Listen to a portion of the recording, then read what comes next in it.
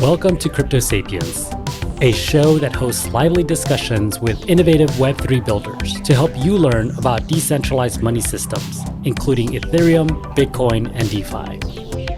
The podcast is for educational and entertainment purposes only, and it is not financial advice. Crypto Sapiens is presented in partnership with Bankless DAO, a movement for pioneers seeking freedom from the limitations of the traditional financial system. Bankless DAO will help the world go bankless by creating user-friendly on-ramps for people to discover decentralized financial technologies through education, media, and culture.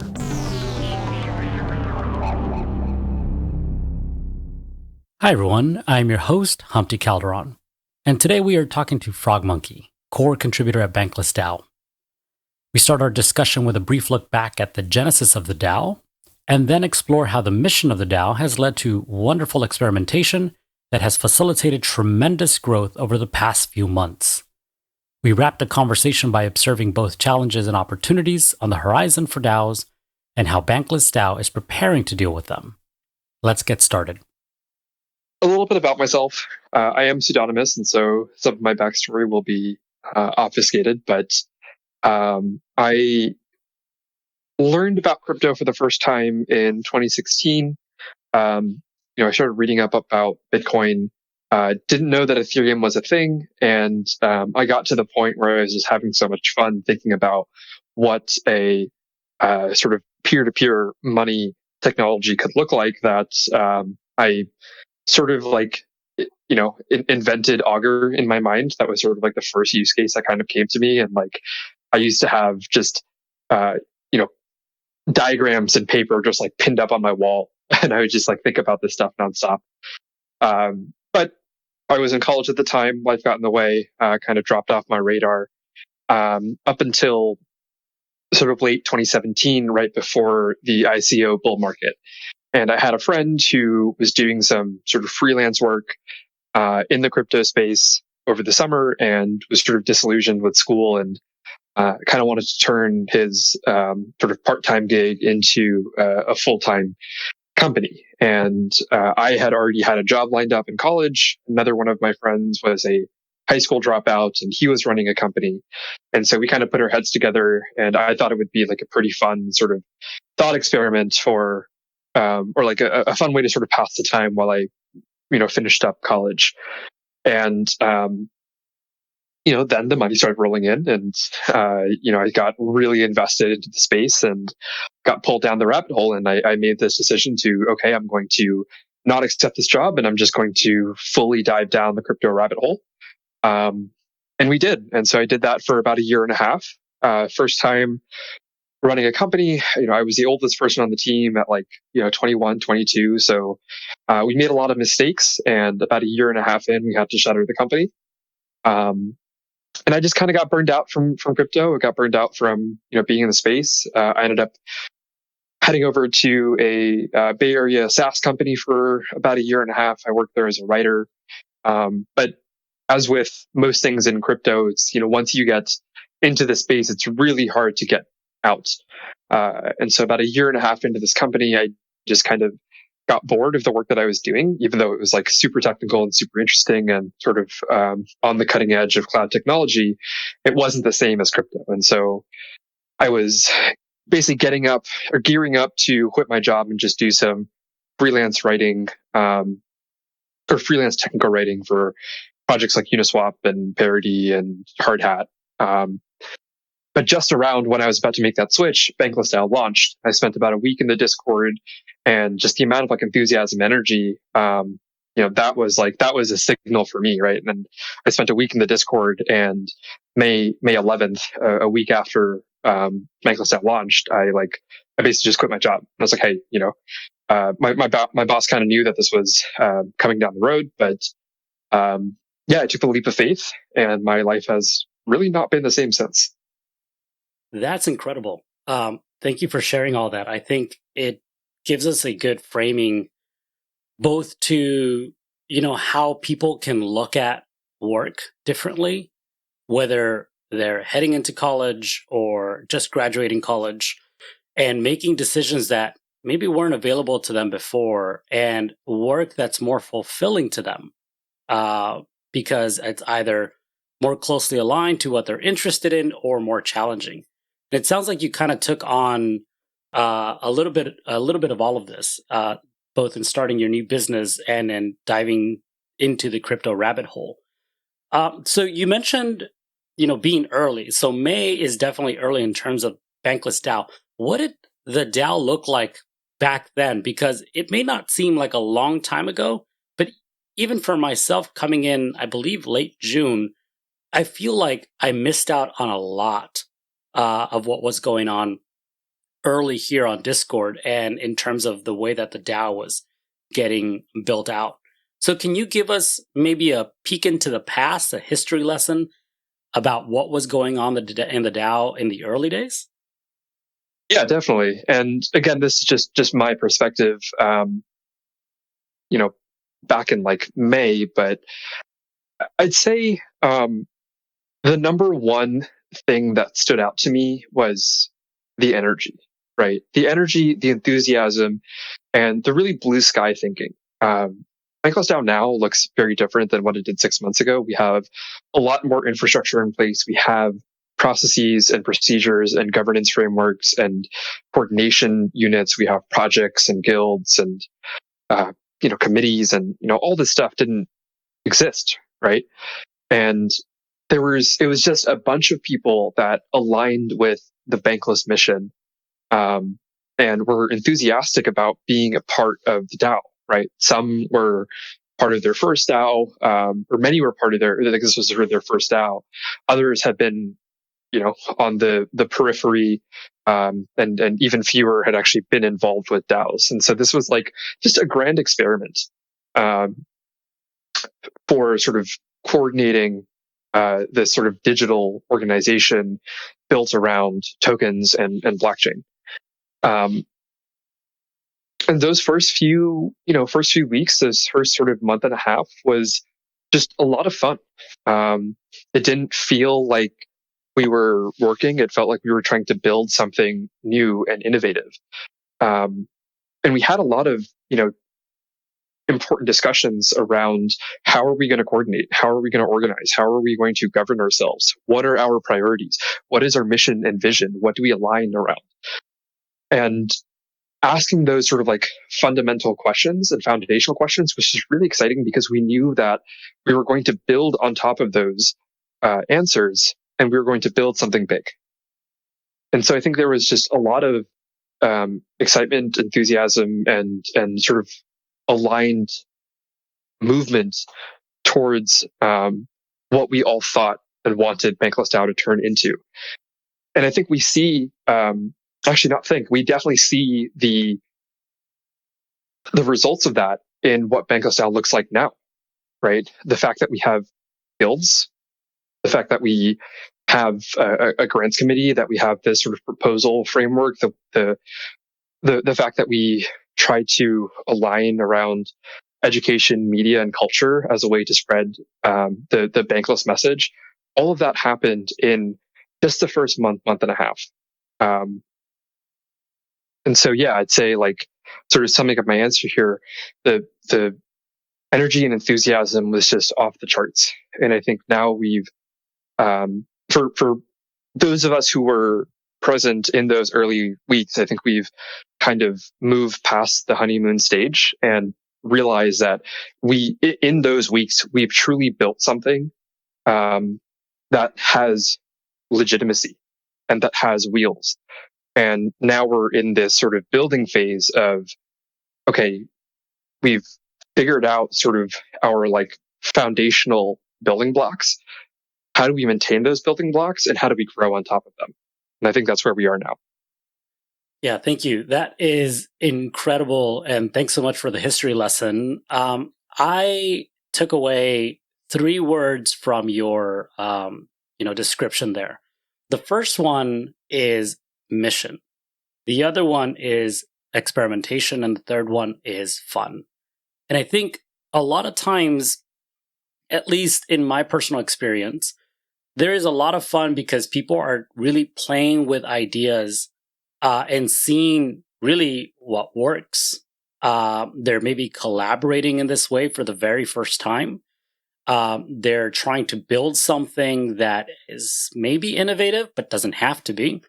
But they're experimenting also with how things could work differently. But the one thing that I've seen not be necessarily emphasized early, which I think is hugely important for the reasons that you described too, is developing a mission. And I think personally, the reason why I believe that, and the reason why I think that's just generally true, is if you don't have a clear mission, people don't necessarily know what you're about, and they don't know if that's necessarily something that aligns with them. But when you have very clear values and missions to drive the organization, I think it could help with organizing people and really working towards common goals. So, can you describe that moment when those discussions were happening to create that mission? And was there an inspiration from somewhere else to inform that mission? Yeah. So let me first back up and talk about why missions are so powerful in the Web3 ecosystem and how they differ from missions in sort of the Web2 traditional sort of off-chain companies. So there's two things here. One is in Web3, your sort of core coordination unit is a community, right? These projects, Bankless DAO, Uniswap, Synthetics, like Pleaser DAO, they're all built around communities.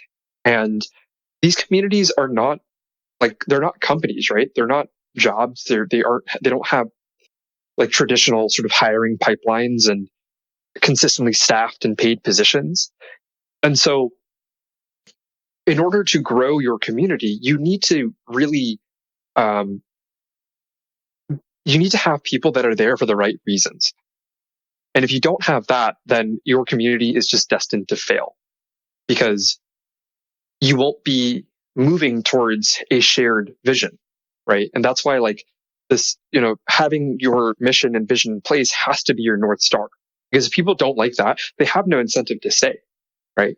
They don't have a salary position with benefits, with time off. Like that stuff doesn't, that type of incentive is rare in the DAO ecosystem.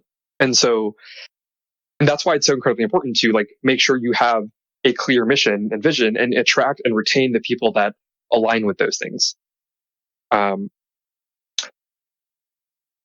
As for where we sort of got our mission and vision from, I think a lot of that was helped by the fact that, Bankless DAO is a spinoff of Bankless HQ, and they've been very cognizant and have placed a lot of emphasis around shared values.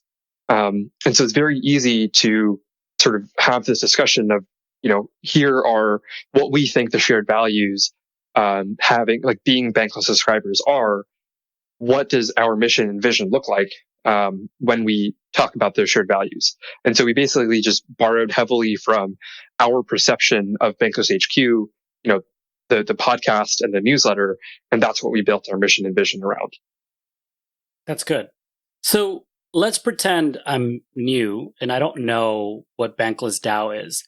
What is the relationship, or what was the relationship initially between Bankless HQ, then spinning up Bankless DAO? Mm-hmm. Yeah, so great question. To clarify, Bankless HQ, Bankless LC, whatever you want to call it, that is the newsletter and podcast that is run by Ryan Sean Adams and David Hoffman. Bankless DAO is the steward of the Bankless brand, which is kind of how I like to view it. And so we as a DAO sort of encompass Bankless HQ, but they just exist as a node within our ecosystem. Granted, they are a very large node that has a lot of influence and a lot of sway, but they are still like under the umbrella of Bankless DAO, and they operate independently, right? They run their own shop. They're over time, they've been plugging into the DAO more and more. But one of the things that they were very cognizant of when they launched the DAO is that, hey, we as sort of the founders of Bankless HQ definitely have a lot of influence in the types of decisions that the DAO will make. And so they made a very conscious effort to step back and say, hey, we're not going to be involved with this, right? We started this thing, we've built this brand, we've built this community. Now we want you to decide where it goes next. And so they started the DAO and they just kind of backed off and did their own thing, right? They continued with the newsletter, they continued with the podcast, and they let us sort of thrive and grow without much direction or leadership, which I think was the right way to do it because that is sort of true decentralization, right? And they are very much sort of decentralization maxis. They didn't try to influence the way the DAO was going to grow. They let us build ourselves up to where we are now. And the ultimate goal is we want to be bigger than Bankless HQ. We want our media network, our ecosystem, our suite of products and services and tools and, all the things that we've been building to dwarf Bankless HQ. And I don't think that's out of the question. I think that's interesting for several reasons. So the first thing I'll talk about is in terms of growing and scaling, there's definitely a lot more opportunities if you choose to do it as a DAO. The reason for it is, people want to participate. They want to contribute to something that is bigger than themselves, something that's going to make an impact. And, going back to something you mentioned just moments ago, there's a brand that already existed, the Bankless brand. And there's a lot of weight to that brand based on the number of either projects or podcasts and newsletters and blogs that have been produced and distributed over X amount of years, however many years. But people associate education, learning, and with in terms of Bitcoin and Ethereum and DeFi to Bankless. A lot of people's first foray into learning about this ecosystem is probably through them. So it's interesting that they chose to bring that weight, that value to the DAO, but then allow the DAO to kind of roll along and develop systems and processes on their own in a decentralized way. But going back to my point in terms of some of the things that you can gain by extending, that brand as a DAO is the ability to grow and scale. But probably more importantly is the ability to diversify the perspectives, right? Because I think if you have a small team, let's assume that it's only Ryan Sean Adams and David Hoffman that are directing the vision of that project. Well, that's a pretty narrow perspective, regardless of their world experience. There's only so much of it that can inform the project. But as a DAO, you have a global community that can impact the way that we choose to educate people, right?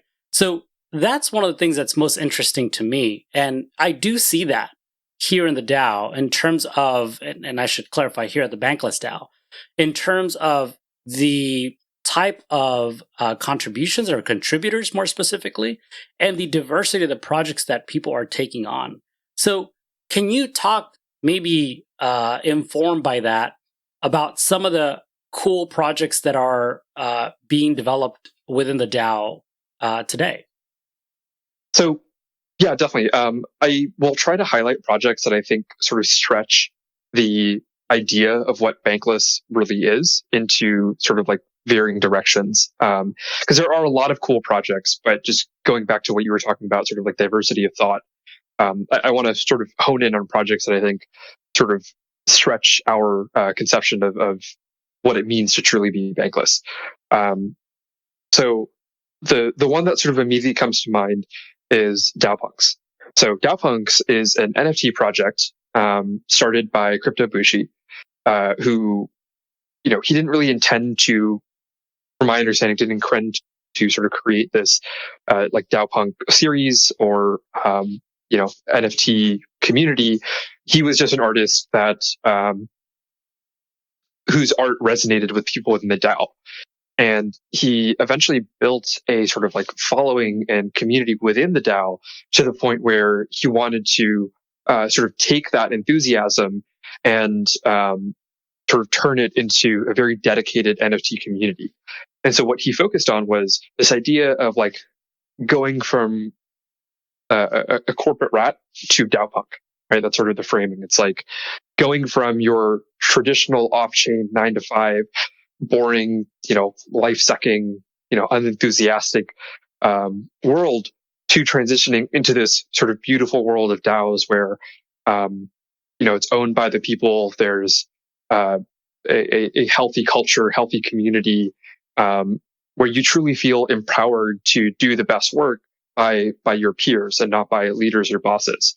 And that like resonated with so many people to the point where now it exists as its own project, right? It has its own community. Many of those community members were seeded by Bankless DAO, but many of them aren't.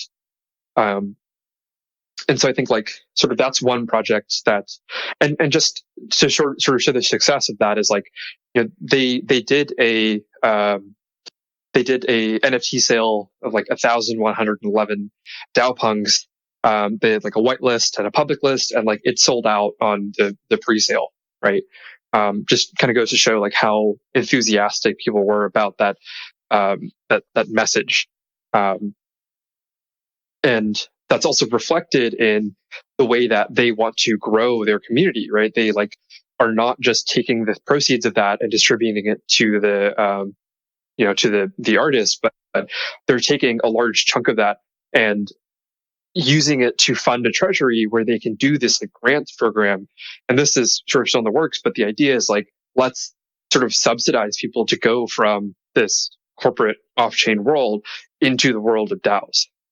So I think that is like a really strong example of people carving out their own specific vision of what it means to go bankless and building these sort of like sub communities around it, and galvanizing activity. Another project that comes to mind is international media nodes, right? So one thing that I think all of us are like fairly aware of is that the crypto community is fairly sort of US centric, and more broadly than that, it's very Western, right? And so this whole like international media node project is, let's take the content and the teachings and the lessons and the values of Bankless, and let's seed our own communities, in India, in China, in Brazil, in Iceland, wherever, and try to build our own sort of regional geographic communities.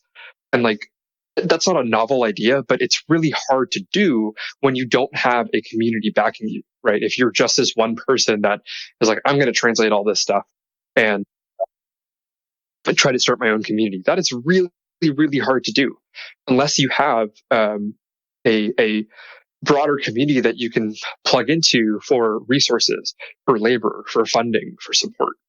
And so I'm really excited to sort of see that take off. Yeah, so those are sort of like two. I mean, do you want me to keep going on? No, I don't think you necessarily need to talk about all of them. I think really just to paint a picture in terms of like how we are, I guess, engaging the community to participate and to contribute into this ecosystem, really informed by a diverse perspective. And I think you really pointed out two interesting projects there. And I think both of them actually are talking about similar things, and that is culture. So maybe we can explore that a little bit in terms of like culture as I guess, as part of the mission of Bankless DAO, and how some of these projects, like the ones you've mentioned with DAOpunks, trying to go help people go from corporate rats to DAOpunks, and that being kind of an element of culture. And then in terms of like bringing or sharing the perspective of peoples across the world into, what it means to be bankless. What, I guess, so as part, let's maybe define more clearly the mission of Bankless DAO and then explore culture in the DAO. Yeah, definitely. So I think like in order to understand culture, you need to understand the mission and the vision, right? So the mission of Bankless DAO is to help the world go bankless by creating user-friendly on-ramps for people to discover sort of decentralized financial technologies through education, media, and culture. That is our mission. I read that off a page in case it wasn't obvious. Our vision for what it means to be bankless is to live in a world where anyone with an internet connection has access to the financial tools they need to achieve financial independence. That is fairly loose and flexible, right? It's not a clear definition of like this is exactly what it means to go bankless, right? Like what is financial independence mean, right? What are financial tools? Are NFTs financial tools? Maybe not. But that's the beauty of having a sort of a loosely defined North Star, is that you will eventually have people break up into these smaller sub-communities for how they interpret that mission and vision. And so, what Bankless India looks like might be different than what, Bankless France looks like. And that's fine, because we still have a somewhat sort of organized North Star for the mission and vision, but how that breaks down into either regional communities or sub-communities around NFTs, sub-communities around DeFi, sub-communities around DAOs. That's totally fine. And I think that informs culture as well, right? Because we have this strong unifying culture of wanting to help people go bankless. But again, as that breaks down into separate communities or these separate subsections, that will create their own type of unique culture. And I think we as a DAO have done our best to create a very sort of inclusive and friendly and opening and helpful and, very much like a rising tide lifts all boats culture. But how that breaks down into, say, individual guild culture or within projects, that's flexible, and that will grow and change with time. So I wonder, based on just that last bit that you shared in terms of, being flexible, and, in terms of I guess the framework or the direction that you provide to the DAO in general, and then to the guilds and so on and so forth as you start diving deeper into the architecture of the DAO. What are your thoughts in terms of flexibility and rigidity in terms of, I guess, these North Stars, but also maybe in terms of governance within DAOs? How does it need to be, rigid? Does it need to be flexible? From your experience, have you found that there are places where that one works better than the other, or are we too early to be too rigid in terms of how we support or develop these projects?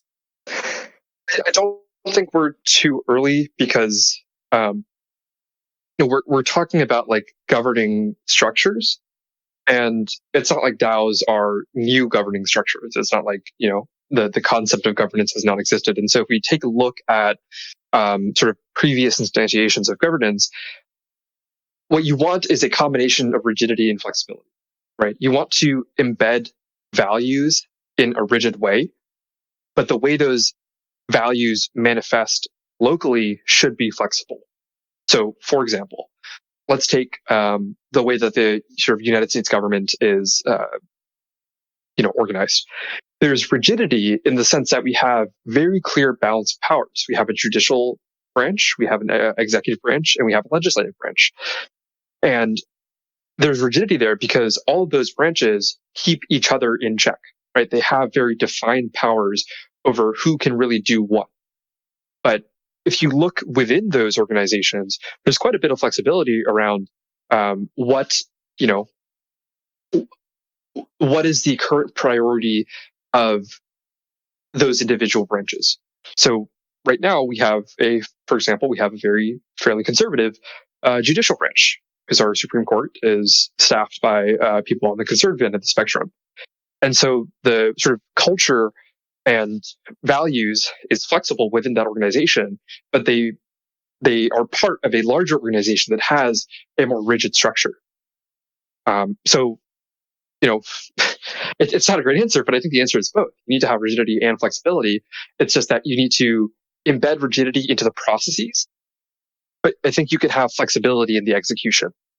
So I guess looking at a more broader perspective, what do you think are some of the biggest challenges going on now with DAOs?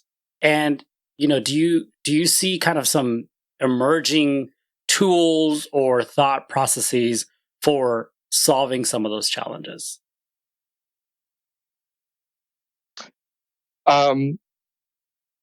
So we are definitely early in the sort of like DAO phenomenon, right? I think if you sort of take a look at the broad use cases for crypto, you have sort of DeFi as definitely the most evolved.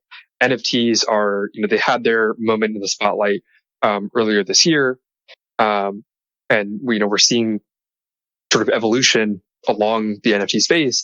And I think DAOs are kind of sitting there at the bottom, not really explored, but we're starting to see some things sort of bubble underneath the surface.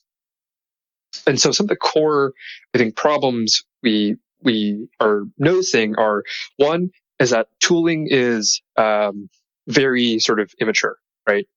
There's not a lot of like automation around what DAOs specifically need to accomplish. And a lot of that stuff still happens at the social level, right? By social level, I mean like decisions and payments and governance still happens through sort of conversation and individual people enacting the will of the DAO, right? And so we're starting to see some tools built around making that stuff automated. So sort of some of the things that come to mind are, like Orca Protocol, DAO House.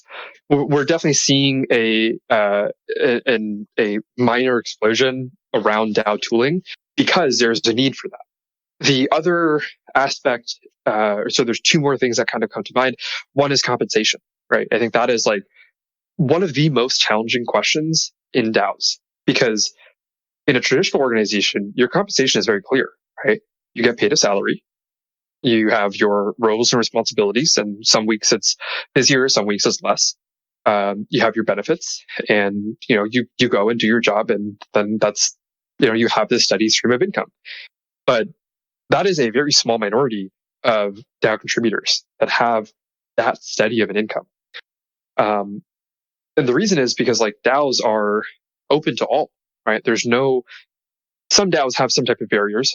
They might be like token gated, but DAOs are trying to sort of capture the sort of enthusiasm and activity of an entire community. And so you need to have varying stratified layers of how people can get remunerated for the work that they're putting in based on the amount of effort, time they're able to commit.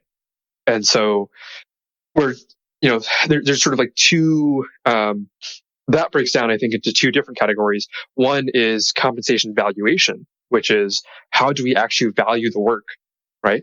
Do we, for example, do we have a base salary or like a base, like hourly rate that we pay people?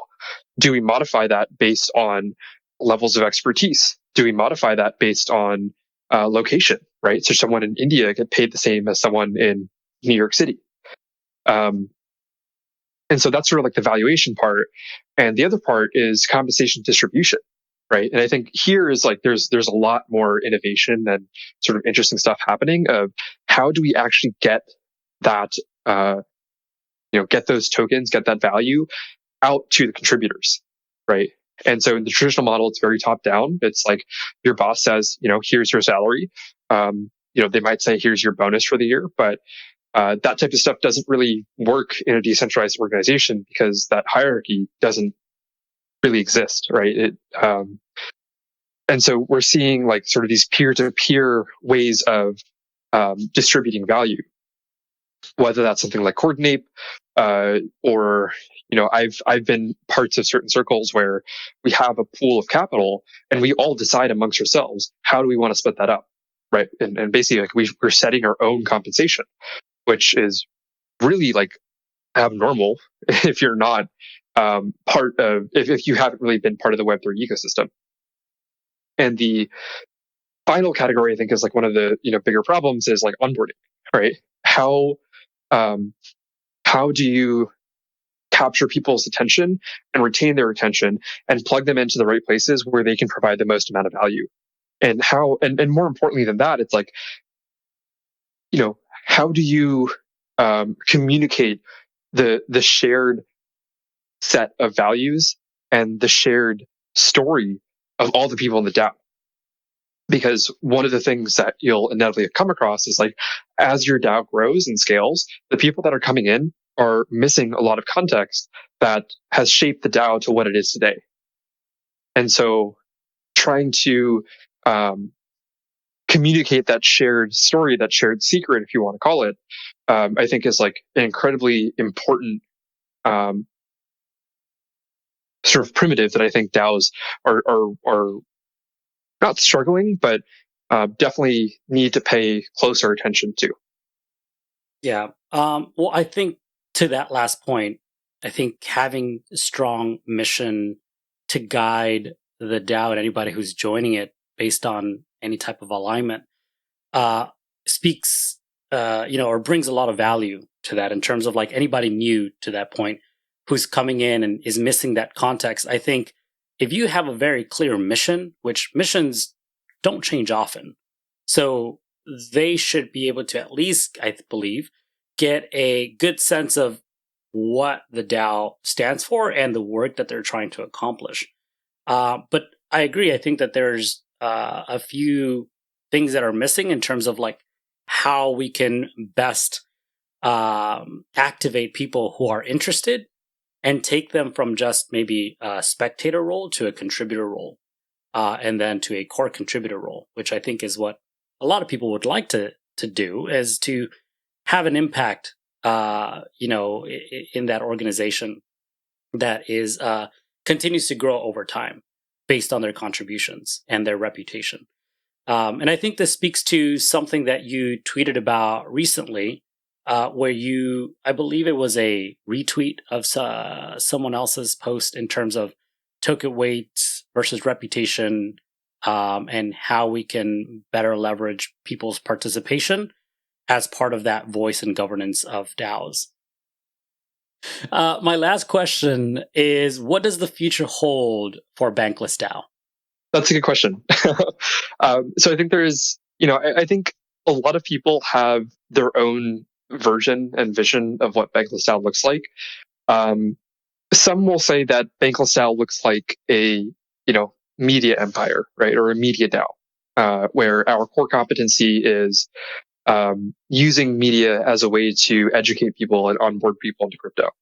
Some people may say that Bankless DAO is a social DAO. It's a place where you can come to learn and hang out and be a part of a community that has sort of a shared enthusiasm around crypto. I think Bankless DAO is the future of work, which encompasses, in my opinion, both of those definitions and sort of scope of Bankless DAO and more. I really think that the funnel of Bankless HQ as an incredible newsletter and podcast that just continues to grow at a mind-blowing rate will funnel talent into the Bankless DAO.